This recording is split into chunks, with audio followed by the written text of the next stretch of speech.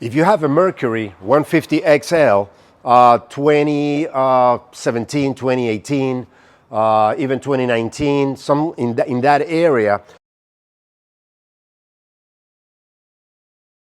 and your battery is dead. So you get to the boat and you charge your battery. Battery is fully charged. You start your motor and it cranks and runs fine. A little bit later, actually minutes, 15, 20 minutes later, the engine dies again and your battery is dead again. Immediately you say, okay, I got a bad alternator. You put your tester in the alternator output, you get some crazy readings. You could be reading from 0.2 volts to 21 volts, crazy stuff, depending if you have your lead connected to the alternator. Just don't rush to get a new alternator just yet, and do this instead. Hi guys, welcome back to the channel and thank you again for tuning in. Today we have an interesting one. This is a Mercury 4-stroke 150 XL 2017-2018. Short story, customer was launching the water on Sunday. He left the marina and a mile later the engine died. He was towed in. I wasn't here on a Sunday, so the guys at the marina wanted to help the customer, so they installed a brand new battery, sent the customer on his way, and a mile later the engine died again. At this point they called me. I told them not to move the boat from the marina, just leave it there. And because I was suspecting something like a huge drastic electric draw somewhere, or something related to the charging system, alternator. So join me on this one. Let's see it together, and you might get something out of this video. Hope so. Take care. Okay, so the first thing I did was obviously to get my digital voltmeter, connect the black terminal, the black lead to any ground, you know, starter bolts holding, alternator bolt holding the alternator, ground on the engine on the starboard side. Any ground that you pick is fine. You put the black there and the red right here in the positive stud of the alternator, which is fastened with the number 10 nut, okay? Put the positive there, and with the engine off and the battery switch turned on, you should get the battery voltage right here, okay? So anyway, I put my tester right there, and my ground, and I saw that I had no voltage in here for some reason. And I went like, what? Okay, let's run the motor anyway. I run the motor, and for some reason I was getting 21 volts coming out of the alternator, letting me know that probably the regulator wasn't doing the job, or you know, something what's going on with that. And then when I turn it off and run it again, I was getting only probably 3, 4, 5 volts. It was something really, really weird. Again, I turned the engine off, I checked my voltage right here. You should get the same voltage, or a little, you know, a millivolt less, the same voltage from your batteries in this stud right here. It's gotta always be the same voltage of the battery, okay? Now, if there is no voltage there, then if you follow this red cable, it goes all the way behind this box right here, this cover, okay? This cover houses a lot of wiring in the back and some relays that are here, all right? If you follow that wire, it goes to a connection in the bottom, all right?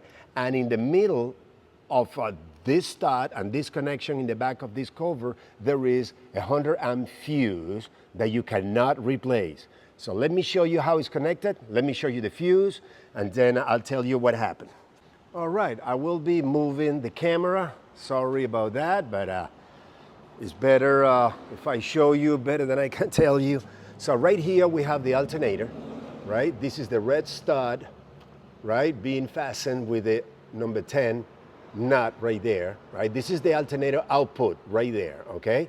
All the power to your boat, to charge the batteries, everything comes out of this stud, all right? If you follow that cable, it goes behind this cover right here, with it's got 1, 2, or 3, I believe it's got 3, 5/16 bolts holding this cover, right? You take those bolts out, and then you pull the cover a little bit like so, and you see a bunch of wiring and relays in the back. If you follow that wire from the alternator, it goes, and it's fastened to the bottom right or to the bottom aft of this cover, and there is a bunch of connections there with a half-inch nut holding those terminals right there. But right in the middle of this cable right here, there is this 100 amp, I don't know if you can see the number, but there is a 100 amp fuse right there that you cannot replace, right? You have to buy the whole wire. So when I came first, I put my positive here, negative on the ground, and I was getting the 0 voltage, right? And then I went to my battery, I was getting 0 charge.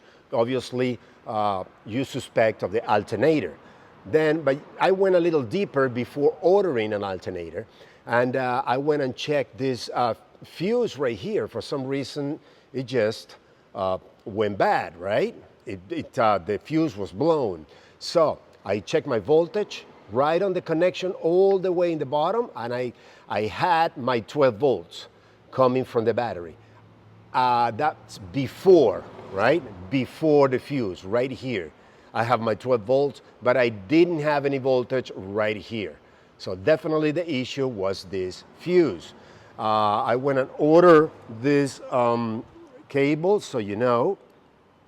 This is the new cable right here, as you can see. That's the same connector right there. I'll take it out of the back in a second. And the part number is this one, right? That's the part number for this cable, all right?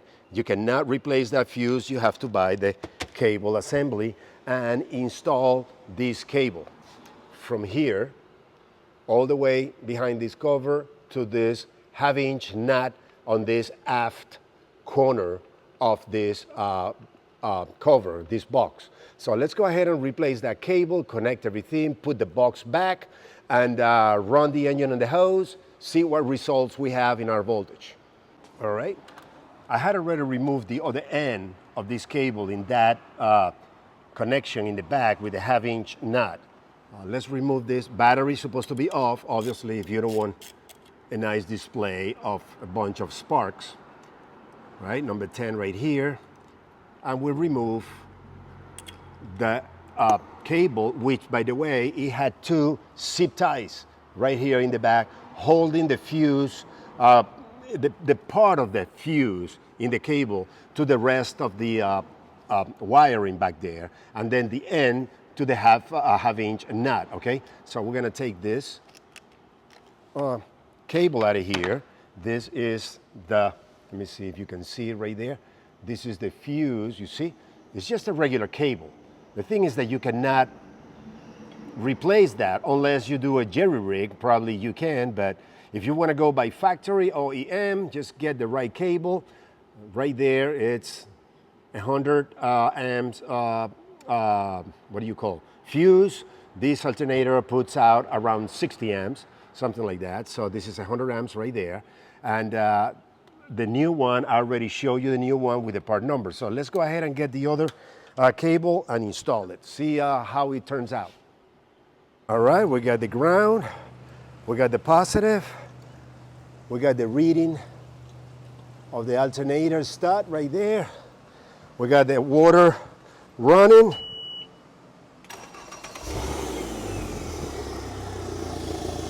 And voila. All right.